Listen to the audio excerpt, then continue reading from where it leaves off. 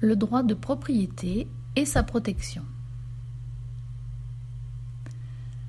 Qu'est-ce que le droit de propriété? Le droit de propriété est le droit de disposer librement d'un bien. Cela signifie que le titulaire de ce bien peut l'utiliser, en tirer des revenus, notamment en le louant, ou encore le céder, en le vendant ou en le donnant.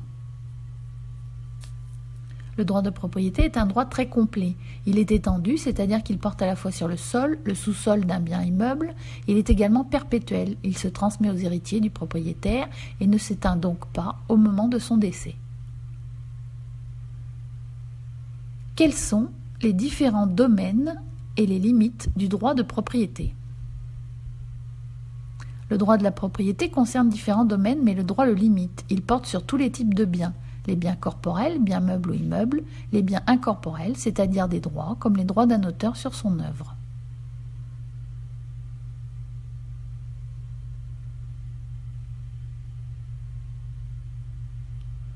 Si le droit de la propriété comporte des limites, c'est pour protéger l'intérêt général, notamment dans le cas des expropriations d'utilité publique pour construire une voie ferrée. On peut citer comme autre exemple l'exigence d'un permis de construire délivré par la mairie en cas de construction d'un bien immeuble, ou encore la nécessité d'autorisation administrative exigée pour certaines activités. Autre chose, protéger les intérêts particuliers. Il existe par exemple des règles de droit interdisant certains comportements causant des troubles de voisinage, comme par exemple le tapage nocturne. De plus, dans certains cas, les propriétaires d'un terrain sont obligés d'accorder des servitudes quand la propriété d'une personne voisine est enclavée.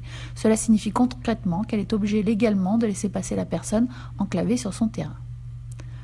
Comment est protégée la propriété intellectuelle ?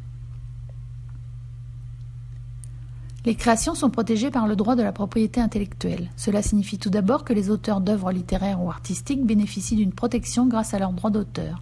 Un auteur peut refuser l'adaptation de son livre au cinéma ou bien la vendre.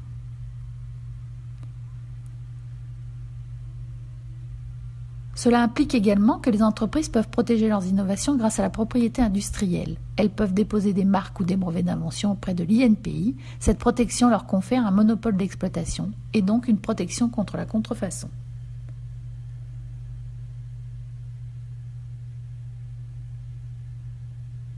Par exemple, quand une entreprise dépose un brevet d'invention à l'INPI, son invention est protégée pendant 20 ans contre la contrefaçon, ce qui ne l'empêche pas, si elle le souhaite, de céder des licences à une entreprise souhaitant payer pour utiliser commercialement cette invention.